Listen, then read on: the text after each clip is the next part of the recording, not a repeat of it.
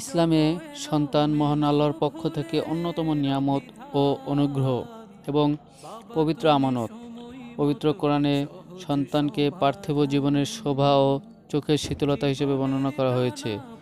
তা কেবল বংশধর নয়, বরং মা বাবার জন্য জান্নাতি উপহার এবং পরকালীন মুক্তির উছিলা।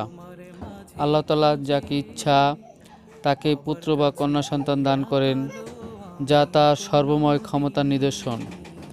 কন্যা সন্তান প্রতিপালনে জান্নাতের সুসংবাদ রয়েছে।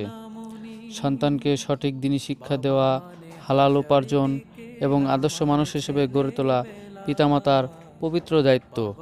মৃত্যুর পর সন্তানদের দোয়া ও নেক আমল পিতামাতার জন্য সওয়াব অব্যাহত রাখে। হে আল্লাহ, আমাদের সকলকে নেক সন্তান দান করেন, আমিন। ভিডিওটি ভালো লাগলে একটি লাইক দিয়ে চ্যানেলটি সাবস্ক্রাইব করতে পারেন। আল্লাহ তাআলা আপনাকে উত্তম বদলা দান করুন, আমিন।